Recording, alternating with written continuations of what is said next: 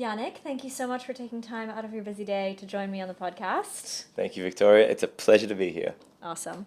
So, you are the co founder of Ripple Club along with your wife, which you guys have co founded 12 years ago, you said? That's right. We're turning teenagers this year, 13 years of business operations. Wow.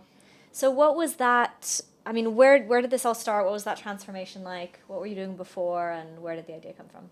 Yeah, so the idea came because my wife and co-founder, Alicia, had joint problems, knee joint problems. Okay. She had patellofemoral syndrome, which means her kneecap was breaking apart at a very young age, at 17.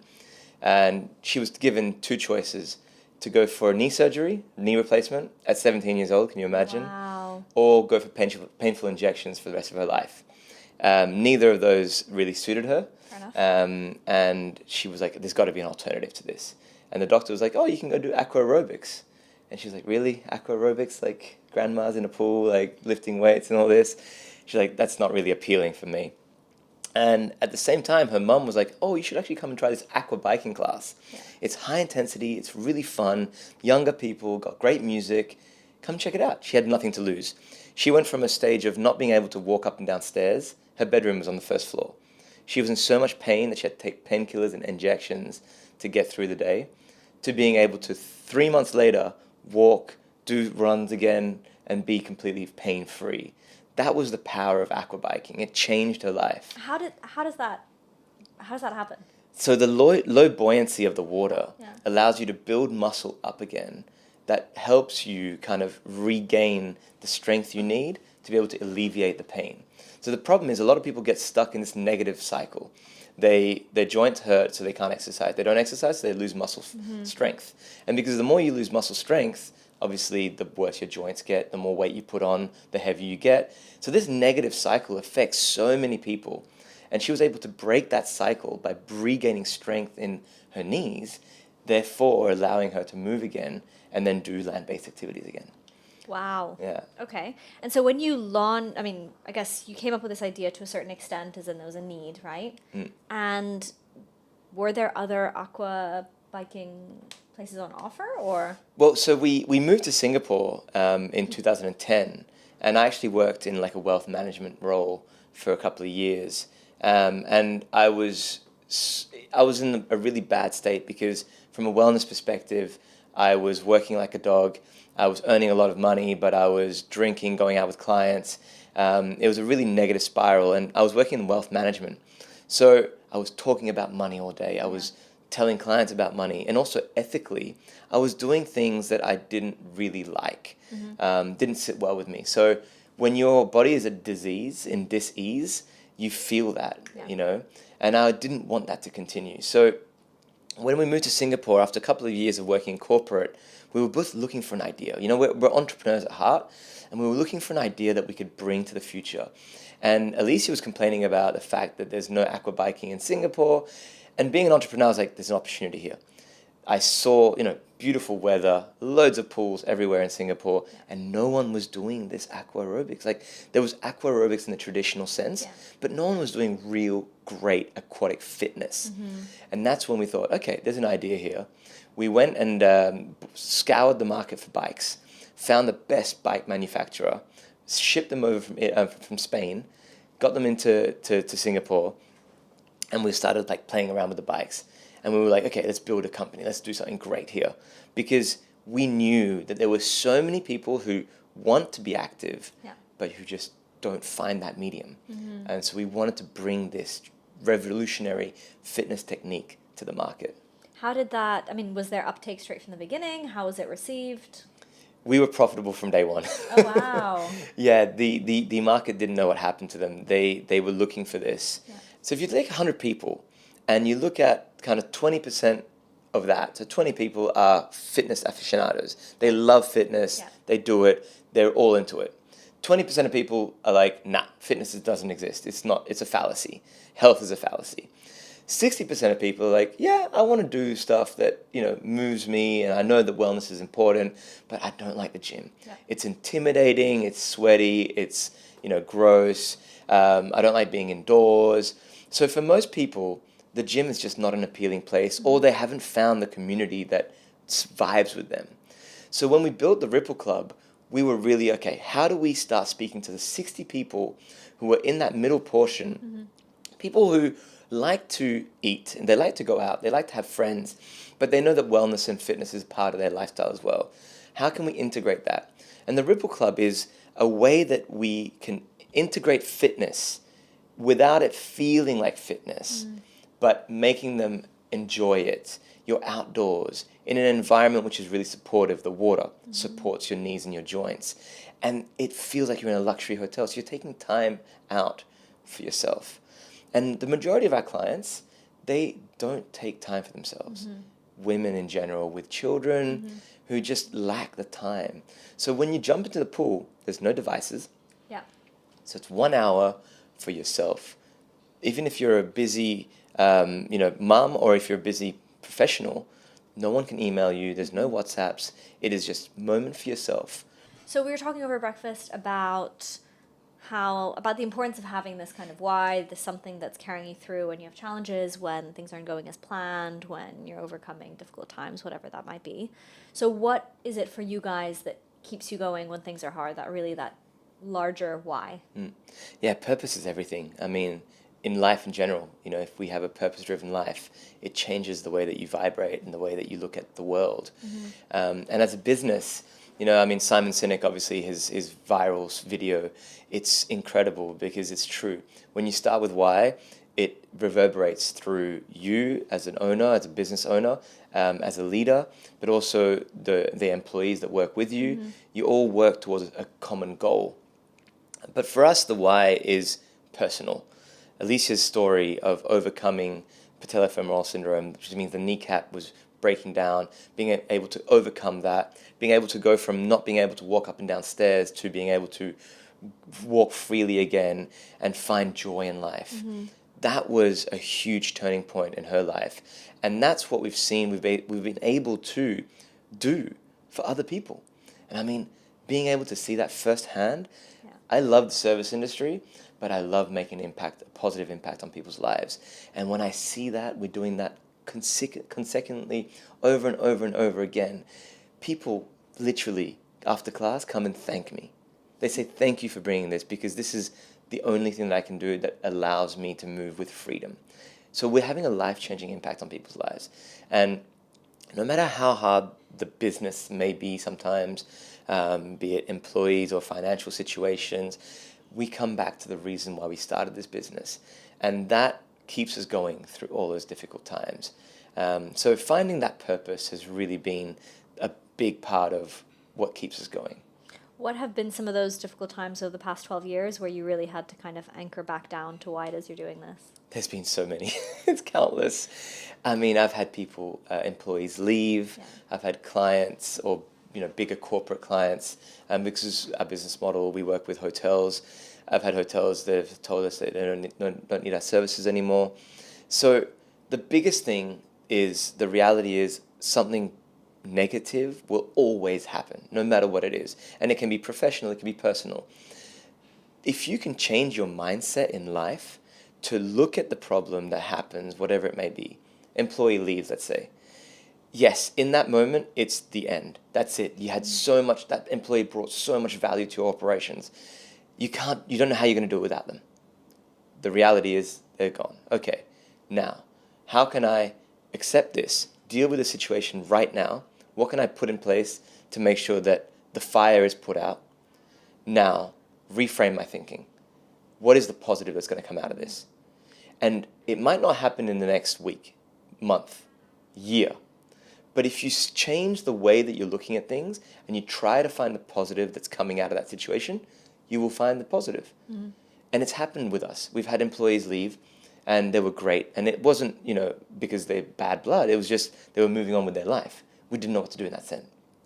But lo and behold, that employee left. It opened up us to review that role and actually find different ways of doing things. Mm-hmm. And you pivot and you learn and you grow. But that mindset of being able to look for opportunities and look for the good in situations, that's a big mindset change. Mm. Do you have to kind of actively shift your mindset into that direction? I think it comes naturally to me. I've been very, very lucky that I've always been a very optimistic and positive person. Yeah. And I must say, like, as a couple and as co-founders, we tend to be very positive people. But there are always hard times where you need to remind yourself, and that's where the purpose comes through. Yeah, having a strong purpose allows you to reframe your thinking.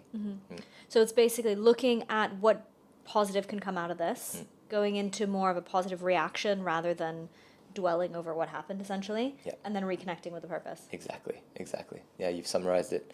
That's that golden circle of being able to keep on pushing through. And so do you think that you were, I mean, a born entrepreneur, it's always something that you aspired to fulfill to a certain extent, even though you started with direction in finance? I think it did. I come from a heritage. I'm Sri Lankan by origins and Swiss. And my Sri Lankan roots, I've actually got a long line of entrepreneurs. My great-grandfather, my grandfather, and my two uncles, my dad's brothers, were both entrepreneurs. My dad is like the typical C-level, the strategic, go-get-'em kind of person in the corporate world. But I never really, I think I saw how much he worked, and I love what he's done for our family and everything that he's done with dedication. But I saw how much he put in to make someone else's business great. Yeah. And I thought, there's got to be another way of doing that. And if I use that same vitality in my own business, hopefully I can build something, that I don't need to be a slave to. So entrepreneurship, I think, is twofold. It's maybe not born in you, or it is, but you foster it. But it's seeing opportunities in the world. And when you're able to see the world as an entrepreneur, you see opportunities. You don't see things that just don't work because it's someone else's problem. You see, okay, that's a possible gap in the market, which I think I could find a way to fix. And the problem with a lot of entrepreneurs is that they see so many gaps, they spread themselves too thin, and then they don't focus on any one thing. So we've had so many opportunities where people have come to us and say, hey, why don't you do this land-based fitness exercise? And it's always great ideas. We're like, yes. But then you're like, no. We need to focus on what we do and excel at what we do. Yeah. So is that, once again, kind of like a conscious practice of no, wait, stop, narrow back to what it is that we're doing? I think it's wisdom. I'm old now. I'm old. I'm 37, so I'm getting older and a little bit wiser, I hope.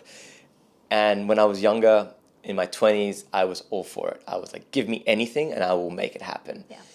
And then I realized bit by bit that, if I don't focus on something, I'm not going to do anything great. So I want to do one thing really, really well, and that's what I'm going to focus on. So it is a practice that comes, and I think it's also a time in your life where you just want to focus on certain things a bit more. Yeah. So how has it changed when you guys launched almost 13 years ago and now? I mean, how has that focus changed, or has the focus remained the same? Has the why changed? Has the why remained the same? I think the focus on making sure that we have a scalable operations, that's come with wisdom and just doing. So we started operating when I was 24, Alicia was 21 when we started the business. So very different, we were like, let's get things going. It was more just doing and bringing in revenue. So we were very focused on cash flow, which is, I think, when you start a business, that's the reality. You need to bring in cash. Yeah. Of course, if you're starting a tech business, it's a little bit different. But a traditional business, you got to focus on cash flow and build something in. Once we had our legs to stand on, okay, how do we start running? And that's where you have to shift as an entrepreneur from an operator to level yourself up into more of a systems creator. So you start putting systems in place that allow you to delegate or systemize things so they run without you. So that was a big shift. And I've seen a recurring theme as an entrepreneur where I've had to level up my game. For example, when you start hiring your first employees, all right, you got to have some SOPs in place. So you've got to level yourself up. You've got to read. You've got to educate yourself to be able to adhere to the changes that are happening in your business. Yeah. So the business that we started 13 years ago is wildly different from an operational standpoint, but the purpose and the reason why we do everything, the fire, the reason we get out of bed, the reason why our employees love what we do, the reason why our clients love our product has remained the same. Mm-hmm. So how is it different then from an operational point of view? Much more systems in place. Okay. We double down on making sure that all of our instructors go through a very strenuous onboarding system to make sure that they're certified to the highest level. We focus everything on client experience. Mm-hmm. For us, the client experience has to be incredible. If the client experience is not great, we don't have a product to sell. So we put a lot of time into making sure the client experience is great. And then on the back end, we do a lot to make sure that we have the systems in place to support that. Mm-hmm. So that our instructors don't feel the burden of anything. Our clients don't feel any burden in terms of coming on board. Everything is as seamless as possible. And then you've got the financial reporting. So you grow into the boring side of the business, but that's what needs to be really substantial. Because if you don't have the financial forecast, if you don't know what direction you're steering the ship, you're aimlessly going in no direction. Mm-hmm. So that's been a critical shift, is having advisors or mentors around us to help us grow. Because when you're an entrepreneur, that's the level that you know. So yeah, okay, you continue to upskill yourself, but you've never been in a big business before. Your business has always been the biggest thing that you know of. Yeah. So by bringing advisors around you, you're able to tap into their knowledge of, no, maybe this is how you could structure things to have a little bit more of a plan to the direction you're going to. Mm-hmm. So it's been difficult finding mentors, I'll be honest. Yeah. But when you find people who can mentor you, they are a gold mine. And make sure that they are aware of it, because that's time, that's valuable time coming out of their day. So you have to really praise them and thank them for it, but they can really change the direction you're going into. How do you recommend somebody find a mentor? There's a lot of monetized ways out there now. So there are a lot of mentorship programs. There are a lot of, young entrepreneur societies and things like that. I'll be very honest, some of them, they're a business, so they are looking to generate revenue. Make it as natural as possible. Network, go out there, meet people, and find someone who reverberates with you, mm-hmm. who has a really good energy, someone you want to spend time with, mm-hmm. and make sure that they feel the same way. Make sure that they feel like they're getting a lot out of it, and you'll be surprised. People who've been through a long career, maybe in their later stages of life or their career, they want to give back. Mm-hmm. They like it. If you're a optimistic, go-getting, hungry person, they see themselves maybe 20 years ago. Yeah. And they're like, I want to help you get through it. So don't be shy to reach out to people, but be genuine. Mm-hmm. You said earlier about, you have to know kind of where you're steering the ship. Did you know 12 years ago that you would be where you are today? Like, was there a long-term vision there that you were just executing on? Or is it almost like a surprise, the fact that, for example, you guys are now in Thailand and whatnot? The goal when I started the business was that in 6 months, I would have instructors, I would have business systems, and I would be sitting on a beach in Thailand. When I first started the business, that was the ideal. That was like, okay, I'll just start this business. I'll get people to run classes for me, and I'll just take it easy. It's not like that. Surprise! Surprise! Owning a business is way more fun. But the construction phase is the best time. And I mean, people always say it's corny, right? Like, it's not life in itself, it's the journey that you're on. But unfortunately, it's so true. Like, it's so corny, but it's so true. And it's the same with business. You love every step of the way. Yeah. And there are hard times, there are easier times. But that is the road that you're on, and you kind of accept it, and you enjoy every step of the way. We had a long-term vision of where we wanted to go. We knew that we have, and we still know that we have the capacity to be the world's leading aquatic fitness provider. Mm-hmm. There's no one else who can execute what we do like we do. But I guess the way that you bring that to life may move. The hurdles the hurdles may come into your way, but the reality is, you got to have a focus on what you're working towards, and you have to have an audacious goal. And what I love about fitness is that the principles of fitness can be borrowed in business. In fitness, you want to run a marathon. Sure, you're not going to pick up your running shoes and go run a marathon tomorrow.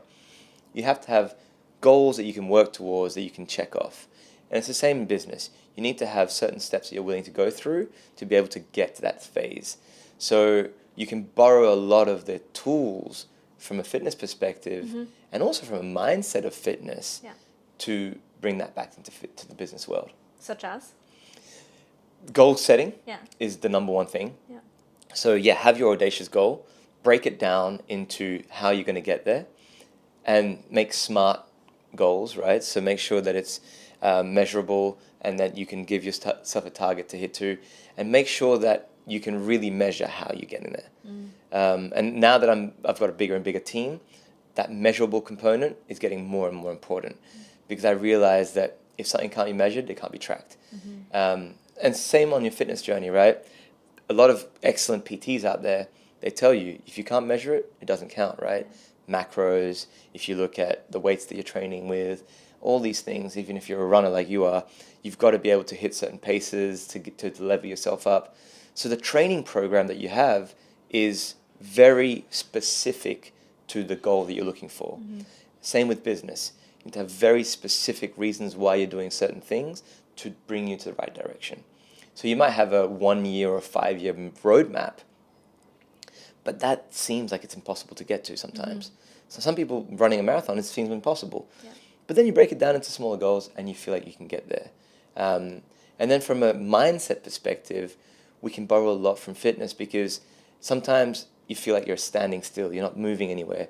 But then the small, minute changes that you make on a weekly perspective, they compound. And I mean, I've got to say, James Clear, the book of goal setting and understanding habits, is so profound that you don't realize, you overestimate what you can do in a year and you underestimate what you can do in 5 years. And every single percent that you do every day is 300% more over the course of a year. That compound interest makes a huge difference in everything that you do. So when you start using that mindset and understanding that the grit you need to have as an entrepreneur, like the grit that you need to have as an athlete or as anyone who's going through a fitness journey, you borrow that mindset and you just push, and you know where you're going to. And that's where, again, that purpose brings everything together. You know where you're going, you know why you're doing it, and you know that you've got to hit certain milestones along the way to keep you on track. You mentioned kind of this idea of having an audacious goal. So you started this at 24. So you're obviously, young. Do you think there's benefit in being in that like young naivety to throw yourself into something with this massive goal? Or I don't know, like where would you see that? Because I think I attribute my work to that. The fact that I started my business at 22, I didn't really know what I was getting myself into. And thankfully I did it then, because I don't know if I would maybe have the same risk appetite today, for example. So do you think there's benefit in starting young? Definitely, but I would also say age is just a number. You're never too old or young to do something. So don't let it put you off. Some of the greatest entrepreneurs out there started super late. I mean, Ray Kroc, even KFC, they founded their businesses later in life, and the wisdom that they had carried through from the lessons they learned carried over. So it's twofold. I love the naivety of a young person starting a business, because you just throw yourself out there. You've got the energy to just push and grind and get stuff done. So that's the awesomeness of starting a business when you're young, and you can learn so much. So anyone who's young who's listening to this, go out there, give it a shot. And it might not be starting a business, but I'm a true believer that just try. Just do. Do as many things as you can, because the more things that you try and you do, and the more experience you gain from that, you will find something that catches that you enjoy. And if you enjoy it, it's obviously a lot easier to work in that field. But also, by doing so many things, you will see gaps. And you'll say, there's actually a potential gap here. which I can fill. And, I think we both started in that sense where we were like, we start something, and then bit by bit, you see gaps in the market, and you're like, I could fill that, I could fill that. And that's where the Ripple Club started working with hotels, because we saw that there was a gap in the wellness economy in hotels. More and more guests wanted wellness, but hotels are not really focused on wellness enough. Yeah. And we'll talk about this in a sec. So we saw that gap, and we were able to fill that gap. So I think it's twofold. You can always start very young, push through, and use your work ethic to get you there. But if you're older, you've got more experience, and you can use that wisdom to help you through. I would say one of the limiting factors when you're a bit older is that you do have fixed costs. Yeah. So if you have children, you get kind of into this stage of life where you're like, I'm very comfortable. So it's harder for a person who has a stable career to start a business, because the reality is... Something to lose. Yeah, you've got something to lose, and you get a bit numb with the regular paycheck. But if you have the cojones to get out there and just do it, then, man, your world is your oyster. So I guess it's like, no matter what stage of life you're in, you just have different levers to play with, right? You're either playing on the young naivety and energy side of things, or you're playing on the experience. If you're young, you don't have the experience, so you play on one. And if you're older, maybe you don't have that same naivety, but you have the experience to play with. Exactly. So you always have something to play with. Yeah, that makes sense. Yeah. So then, speaking of hotels and kind of the hospitality industry, I mean, where do you see the hospitality industry within wellness today, and where do you see it going? I love hotels. So we both studied at Lausanne Hotel School.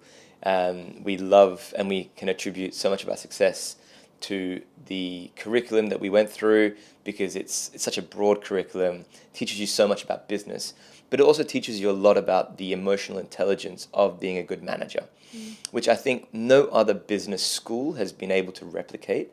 And that's where the softer skills of hospitality come through. I would say the hotel industry has been focused on what they do really well for a long time, and that is 90% of their revenue comes from rooms. And rightly so. It is an asset. It's recurring revenue from the rental of rooms, which is great. But hotels are starting to understand the experience of their guests plays way more than just the bottom line. And it does have a positive impact on your bottom line. So things that were nice to haves are now starting to become, how can I level that up? And I think if you take the gym, for example, gyms in hotels were in the basement, they were old and they were dingy, no one used them. Gym 2.0 was nice scenery, beautiful equipment with amazing views, and that was kind of your Gym 2.0. Gym 3.0 is really exciting, and that's where our businesses start becoming the forefront. Is Gym 3.0 is a community. It brings people together. And if you look at hotels, what saddens me is seeing people eating breakfast alone. You know, what I love to see in hotels is the community that comes together. That's why co-working has become such a great part of these hotels, is that you're sharing experiences. And fitness and wellness plays a pivotal role in that. We can bring people together. And when you go through something together, you come out with a bond that is unlike anything else. Yeah. So it may be a fitness class. You go through that fitness class together. You share a moment of, resistance, if you like, but you come through on the other side and you give yourselves a high five. And then you have a conversation, a very sincere conversation. Or you go through a wellness program such as sound bathing, a sound bath, or maybe a cacao ceremony or a recovery protocol. And you do that with someone else and you have that bond. And that's where hotels can start latching on to this wellness economy. And if done right, it can have a huge impact on your bottom line. Wellness shouldn't be misinterpreted as being something that's only a client experience kind of wishy-washy thing. Yeah. This can be a profound part of your business, but you need to do it right. Yeah. Why do you think so many hotels are still kind of putting that to the side and not necessarily taking it, quote unquote, seriously? Revenue. Yeah. it comes down to the fact that they don't generate as much revenue as they would from rooms and beverage. I leave food out because food has a higher cost, and we know that beverage is generally a huge component of profit for hotels. But the reality is the world is changing. The world is moving. Wellness is becoming more and more part of people's lives. People are spending on wellness.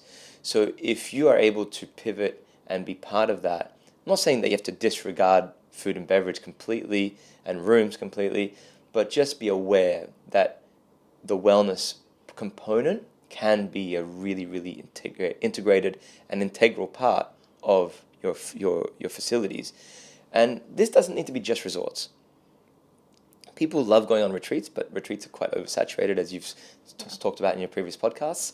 I think if we understand that business travelers as well, you land at 6 a.m., you're going straight into meetings, you need to be switched on, even if you had a red-eye flight the night before. If you can have some type of recovery protocol for your guests to come in and do cryotherapy or ice bath with some type of infrared sauna and then, some type of meditation protocol that just allows them to be switched on and primed for the rest of their day, man, that's a game changer. Of course. People are willing to pay for that, right? Especially your C-suite. Completely. So I think hotels can do a lot more in this space. Unfortunately, they're not doing it very well. And that's where be open to third-party providers. Be open to bringing people who have the operational know-how or at least the consulting know-how to do things for you. And that's where my friend Victoria has this amazing company. And it's true. I mean, you know what you're talking about. You've done it with hotels. You've seen what works and what doesn't work. And you're able to bring in the right things to the right people at the right time. Same with us. We help monetize your existing assets to turn it into a revenue center. Why should your pool be a cost center when it's being hardly utilized? Let someone like the River Club come in and run it. Let someone come in and use your gym and turn it into a profit center. And the good thing is, there's life that gets injected into the hotel. I was going to say, I mean, it's more than just the revenue you're making from it. It's always more than that, right? That is just one thing, and then there's the ripple effect, as you alluded to earlier. But there's the ripple effect of then you're bringing people in, and as you had said over breakfast as well, you're also bringing local people in. So then you're creating a combination, this mix between the hotel guest and the local resident.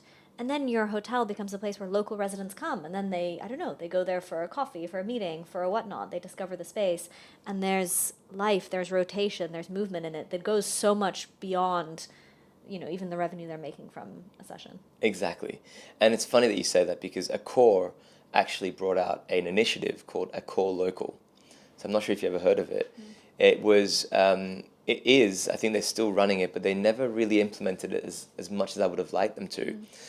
They are trying to make hotels part of the local economy so that it doesn't feel wrong to do your dry cleaning and get it and pick it up from the hotel. Your friends visiting from out of town, leave your house key at the hotel concierge. They're trying to make the hotel part of the local economy. What do you do, or what should you do daily that people don't do enough? Fitness and wellness. If your hotel can be a pillar in someone's wellness regime and they're coming to your brand every day, guess what? Not only are they spending in your hotel, there's also cross-revenue potential from F&B, spa, and other ways. You're creating brand affinity. Someone is coming to your hotel on a daily basis. They think of that brand. Next time they travel, guess where they're going to stay? Probably the similar brand. Completely. Or next time they have a friend visiting and they say, I go to the gym there anyways, why don't you stay and then we can have breakfast? Exactly. So it becomes part of their customs. And that's where I think hotels can really be a game changer. And workspaces, right? I mean, the hotel that we're in today has a beautiful co-working space. It's great because you see people, you see life. It injects a whole different dynamic. And when you mix the local economy with the traveling economy, travelers love it. They love it because they feel like they're part of something. They can tap into things. They get to know the real places where to go for drinks or to go out for dinner. So that's a huge game changer that hotels are overlooking from a client experience standpoint. I mean, even this is a perfect example because we're in a hotel, True. right? And then we're doing a podcast. I mean, it's also an interesting combination of things, isn't it? Exactly. So is that the direction that you see the industry taking, or is that what you would want the industry to take? I would hope. Yeah. I would hope that that's the direction that the industry is taking. There's a lot of moving parts right now. Technology is becoming a bigger and bigger part of our lives. And I think hotels will be shifting in the way that they operate. We're going to see a movement towards either hyper-personalization, where you will have a great service, and there will be a movement towards automation, where you will be dealing with robots and might not have an interaction with a human. Yeah. That's the reality the hotel industry is taking. And I think if you want to stay relevant in that personalized segment, you need to be aware of fitness and wellness as part of your hotel. I mean, one of my best friends, he's a general manager of the Andaz in Papagayo. He has a beautiful hotel in Costa Rica. He brought in a Brazilian jiu-jitsu dojo into the hotel. I mean, it's the most beautiful jiu-jitsu dojo you've ever seen, overlooking the rainforest. But you get guests who come and who roll together and who share that intimate bond. And then they come out of it as best friends. He's got stars that come into his hotel because they want to come, and he's got Russell Brand come into his hotel and he's going to roll with him. The general manager of the hotel is going to have a wrestle with one of his guests. How cool is that? You know, so he's integrating wellness into the hotel in a great way. And that's what you want. You want to create connections with people. And make it integrated somehow into the entire experience and not something that's separate either. Exactly. Because it shouldn't be seen as just a separate... of course, revenue should be important, but it should be part of the facilities that you're offering. What are you most excited about in terms of maybe new specific things that you've seen popping up in the kind of wellness hospitality space? In wellness hospitality, I think we're understanding slowly but surely, as general managers themselves are becoming more well. Unfortunately, a lot of hotel staff are not very well, but because they're shifting in that direction, we're seeing that reverberate through menus. We're seeing that reverberate through sustainable practices, and the provision that they are giving in the hotels. So the great thing is it has an impact on the guest experience as well, because then more and more people get an ability to try something from a wellness perspective that they wouldn't have tried back home, because hotels are starting to integrate these into the hotels. From a wellness perspective, I'm really excited to see that the impact that technology is having from a positive perspective in our lives. We're both avid Aura users, and the understanding of my body, the understanding of, it tells me when I'm going to be sick before I know I'm going to be sick. It tells me, how I'm feeling, which can be positive or negative. Sometimes you don't realize it, but yeah, you do need to take some time to relax and to be well. So I think that personalization from a wellness perspective is really exciting. I have seen some hotels integrate that into their stay. So you're seeing, some type of meditation practice to help you wind down. You're seeing some hotels start bringing in personalization in that sense. Yeah. I think there can be a lot more. Completely agree with you. And I think if you're able to figure out a way that you can blur the line between bringing technology like wearables into your hotel, into your sleep routine, these can be game changers. I feel like, because that hyper-personalization was only reserved to a elite of elite previously, since it was such a labor-intensive act. And now this personalization can be delivered to anyone, right? In really, simple, quote-unquote, simple ways. I definitely think that will be, hopefully, the next thing, or at least it needs to be leveraged a little bit more. So in terms of your personal wellness routine, I mean, you have a family, you work with your wife, right? You guys both run the business together. You obviously run a business. Are there any things that keep you sane, that keep your head above the water, that you attribute to your calm demeanor despite having a hectic life? I'll be honest with you, I don't do as much as I would like to. From a fitness standpoint, I try to join the Ripple Club as often as I can. because I can at least stay, it's part of work. But, kids, it's hectic. And I want to spend as much time as I can with them. So for me, I have to be up at 5 or 6 in the morning, get my workout done if I want to be able to fit it into my day. But the big thing I would say is people are focusing on the wrong things. People are looking at fitness and wellness and they're like, oh, I have to take all these nutritional supplements and I have to do my ice bath and I have to do my red light therapy. It's like, dude, chill out. Go back to the basics. Yeah. Try to sleep a bit more. Take some time to meditate a little bit. And meditation doesn't have to be sitting down meditation is going for a walk and just not thinking about anything, or in nature. Yeah. That's can be meditation. But do the simple things first. Walk a little bit more. Take some more steps. Move a little bit more. It doesn't have to be a fitness class. Just stand up, stretch, open up your spine. Spend less time on that bloody phone. Yes. So when people ask, like, what are your tips from a wellness perspective? I'm like, you want to know my biggest tip? Drink more water, eat healthier food, move a little bit more. But for me, the biggest game changer in my life, top tip, listen up, guys. Are you ready? It is sleeping without my phone in my room. Yeah. That has changed my life because it's charging in a different room. So believe it or not believe it, there are radio frequencies that be emitted from your phone. Don't sleep with it in your room. But also, you're not scrolling at night. You have no blue light at night. You don't wake up. And if you tell me that your alarm clock is the reason you sleep with your phone, please, I will buy you an alarm clock for $10 off Shopee and send it to you. It's not that big of a deal. Yeah. You can afford to buy yourself an alarm clock.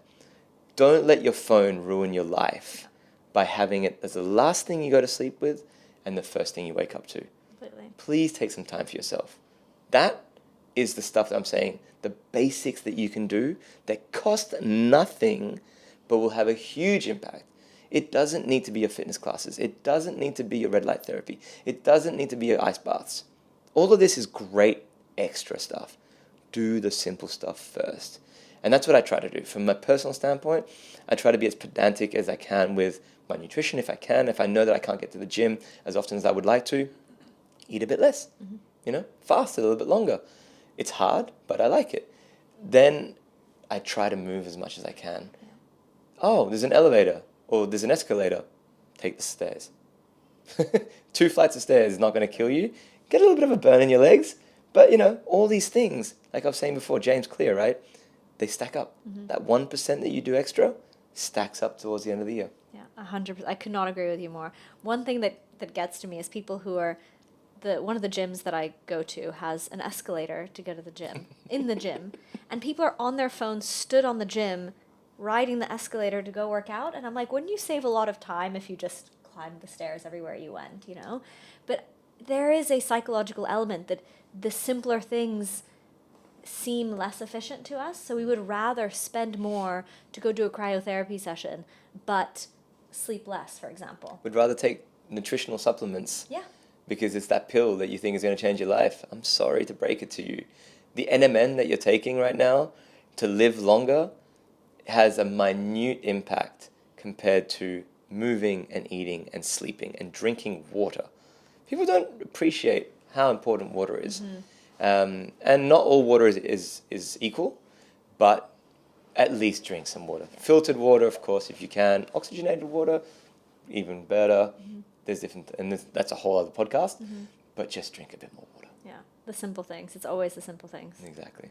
So how do you deal with sleep then? I mean, you have 2 young children, you have to get up early. Is there like a certain hours that you stick to or a certain routine? I would love to say yes. I would love so much to be there. And this is the fallacy that people have. People who've worked in the fitness industry, PTs, they must be the healthiest people in the world. Unfortunately, we're not. We are regular human beings. PTs especially. When do people want to train? In the morning and in the evening. When do you think PTs are working? In the morning and in the evening. So sleep cycles are not as great as they would like to be.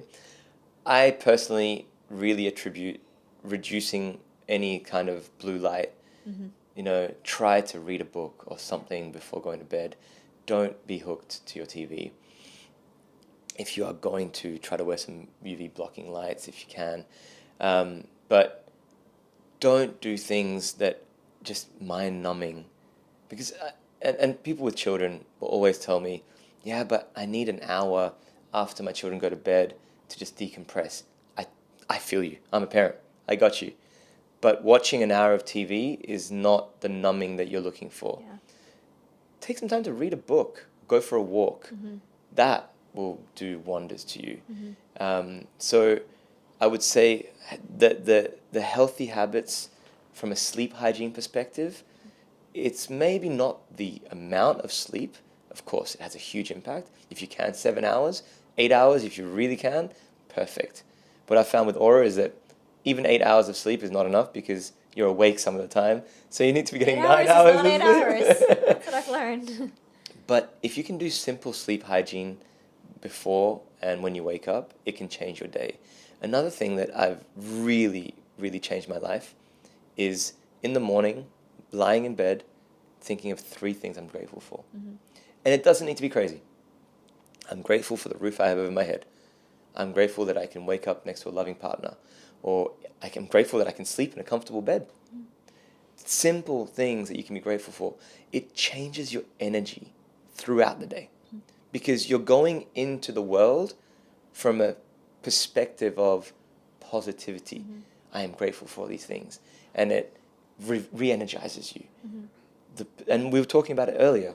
The way that you look at problems changes. Yeah. You're looking for the positive rather than being on the negative. So back to the phone, if you're waking up and you're looking at your phone, usually you've got 10 notifications about emails. You got your boss who tried to message you 3 times at midnight. That's not cool. So you're already in a fight or flight mode, right? So you're fighting straight away. Your central nervous system is up and running. That's not good for anyone. And this is one of the things about the Ripple Club that we really love. Your central nervous system gets calmed when you're there. We were talking about the power of water. It's a calming impact. So I'm not dissing any fitness studios out there, but when you're in a room which is dark with strobe lights and flashing lights and really loud music, I'm really old now talking about loud music, but that really gets your central nervous system going, which can be beneficial sometimes, but we are outdoing ourselves. We're constantly on. We've got a million notifications coming at us. We've got these high intensity fitness classes that are like pushing us like we can't imagine. Take some time to slow down. The Ripple Club, you're outdoors. You're getting some vitamin D. You're calming yourself because you've got no screen around you. You're calming yourself because you've got the water to calm you down. You're energizing yourself because you've got that fitness class. You've got a great music with an energetic instructor. You're creating a community around you that loves you. And from a longevity standpoint, community has been one of the most underlooked components of longevity, because if you feel supported, if you feel like you've got someone around you that loves you or just cares about you, then stick around. Exactly. Literally. Exactly. 100%. I think it's always those it's those simple things that if you ask anyone, they always say, if you ask anyone to write a nutrition plan for themselves, they'd be able to write it. The problem isn't necessarily knowing what to do. And same thing with those kind of hacks. It's like anyone were to write down what would be a healthy routine for me to do. Of course, everyone will write down, okay, I'm not going to be on my phone first thing in the morning. I'm not going to be on my phone last thing at night. I would do things surrounded by people that care about me and, get some exercise, drink some water, whatnot. So it's always those simple things, and we know them to a certain extent. It's just that reminder of those things are more powerful in the long term than the small, the shiny, expensive tech that you think will be really cool and add something to your life. It's like stick to the basics first. Yeah. Get the basics done right. And the same for business. Yeah. Get the basics going right before you start investing in a crazy, glamorous business coach. Do the basics right. Do what you can. But yeah, your life can have a profound change by you just doing a little bit, tiny bit. And I mean, it's funny because James Clear, again, I love this guy, obviously. If you want to go for a run every day, just wake up, put your shoes on. Yeah. Put your running shoes on. Yeah. Don't go for a run, just put your running shoes on.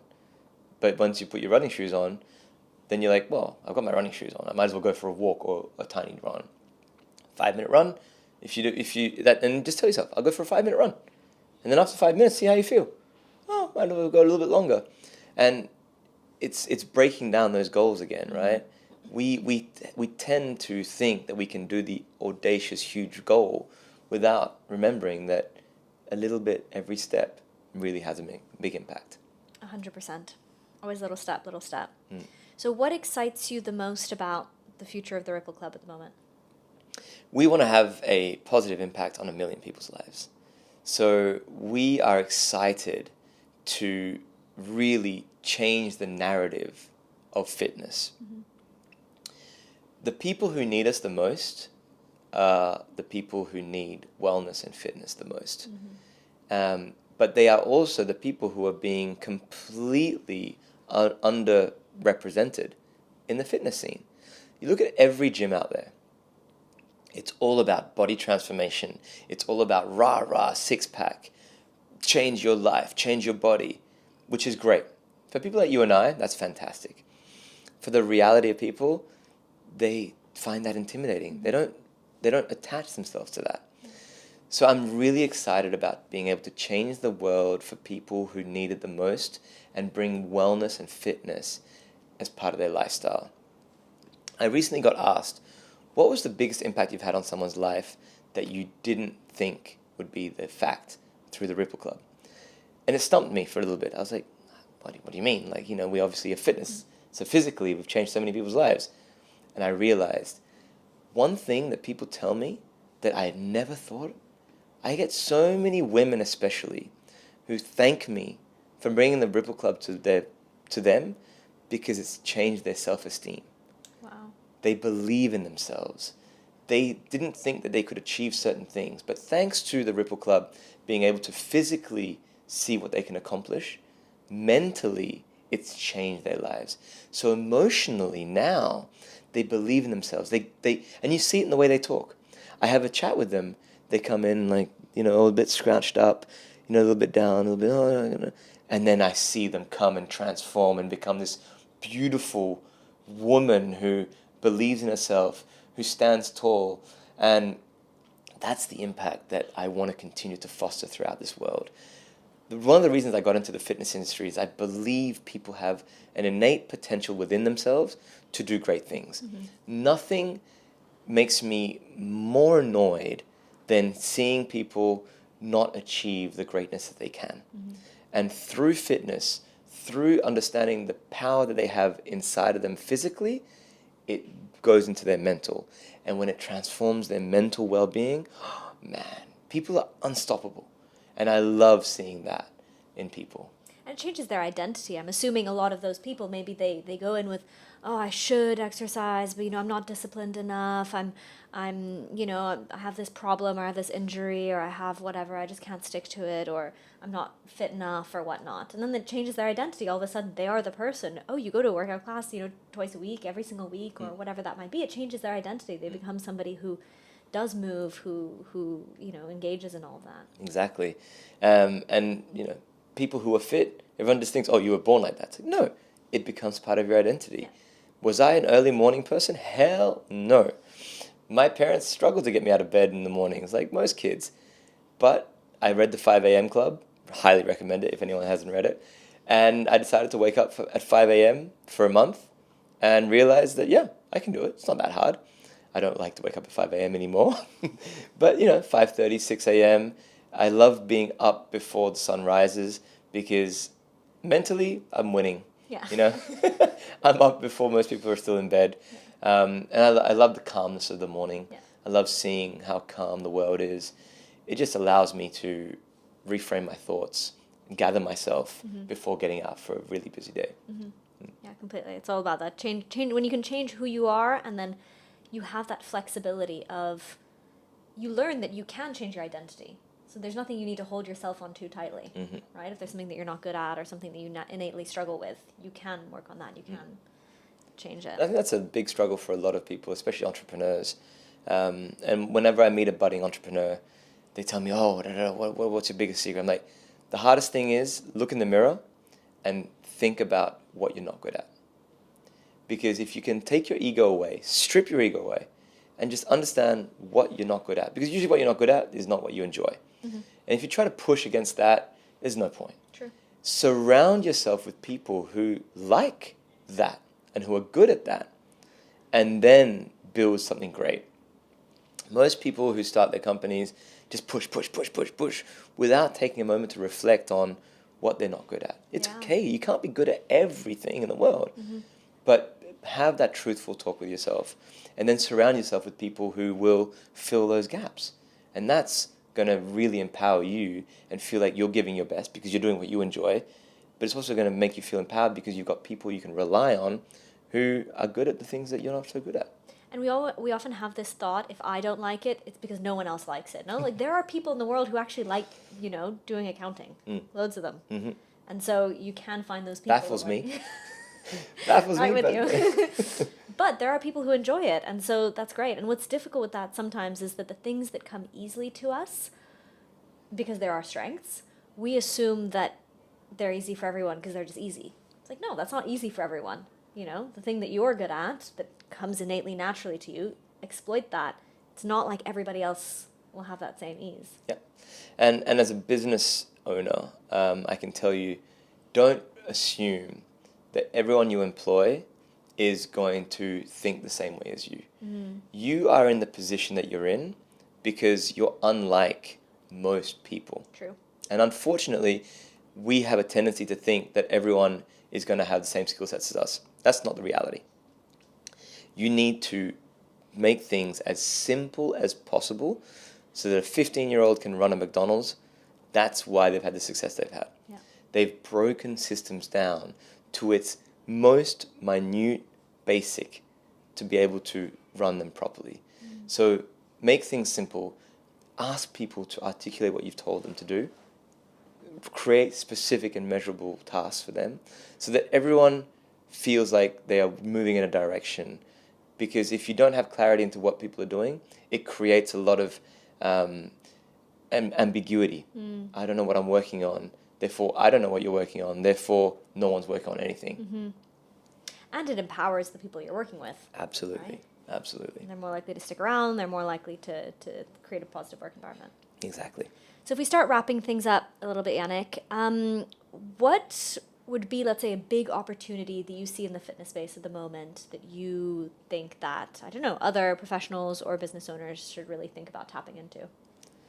Wow, that's a big question. The fitness industry right now, it's gone through so much, and there is a huge amount of offering out there. I think the consumer is spoilt for choice. Mm-hmm. There is literally something for everyone, which is great. I love it. I love that everyone can feel a little bit represented, either with the Ripple Club and something that's a little bit, more user friendly in terms of starting out. There's a huge scene in terms of the competitive space with massive competitive fitness and races that are happening throughout the world. I love the movement and the direction. So I don't think as a fitness operator, there's huge amounts of unmoved opportunities. Mm-hmm. I think where people underestimate is the power of the communities and the shift that we're making within the spaces that we're in. So people don't understand how important feeling represented and feeling like you're there with someone is. Mm. But then I think integrating, and I'm really excited about how people are going to integrate wearables into their fitness provider.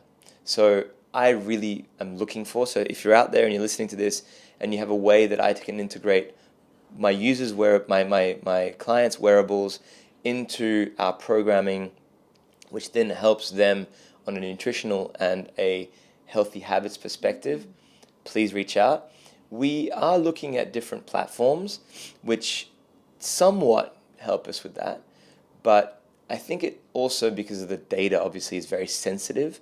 I don't want anyone to have access to my Oura Ring data, but if it can help move things in the right direction for me and my clients, that's a huge component that I think could be stepped into. Mm-hmm. I think it's interesting, this kind of like not conflict, but like contrast between community but then also like individual personalization and data. And I feel like those two need to, come together. And I mean, Peloton has done many things well and a few things badly, but one thing they did very well was bringing people together. They managed to bring thousands of people together to cycle to the same class and share their data. You can see how many calories someone's burning on another bike. You can connect with people. You can high five people. That's super powerful. Yeah. So if we can borrow a few of those elements and bring that to the real world, I think there's a huge amount of potential that can be brought. Amazing. To close off, what would be 3 parting words of wisdom in your ripe wisdomist age that you would pass on to an aspiring entrepreneur in the fitness industry? Do. Get out there, try it, do it. You fall flat, doesn't matter. The more you do, the more you will understand what you like to do, what you don't like to do, the more you will see the opportunities that are out there in the world and meet people. Just get out there and meet people, enjoy, be positive, be a positive beacon in the world. The world needs it. We all need more positive people. And the more positive you are, the more you will bring the right people into your life, and it will have a positive impact on your life. True. Thank you so much, Yannick. Thank you for sharing everything that you did. Is there anything we didn't touch on that you would want to comment on or add in? That was fantastic. I appreciate you so much, Victoria. And I would just like to say, if you are a hotel, if you are looking to bring a great way to integrate, facilities, make better use of your facilities, if you're trying to find a better way to bring your client experience to the next level, please speak with Victoria or myself, because what you provide as a consulting services, really I'm in awe of the breadth of work that you do, from very intense, like hyper wellness, to also simple but manageable wellness initiatives that you can bring into the hotel. So I think, what you're providing is great. And then from an asset standpoint, if we can help to bring life to your hotel, but also help you make more revenue from an existing asset, that's where the Ripple Club really transforms your hotel property. 100%. What's the best way to connect with you? I'm on LinkedIn, Yannick.Dedigama, and you can find me on socials, Yannick.Dedigama. I'm everywhere, and I look forward to connecting with everyone. Awesome. Thank you. Thank you, Victoria.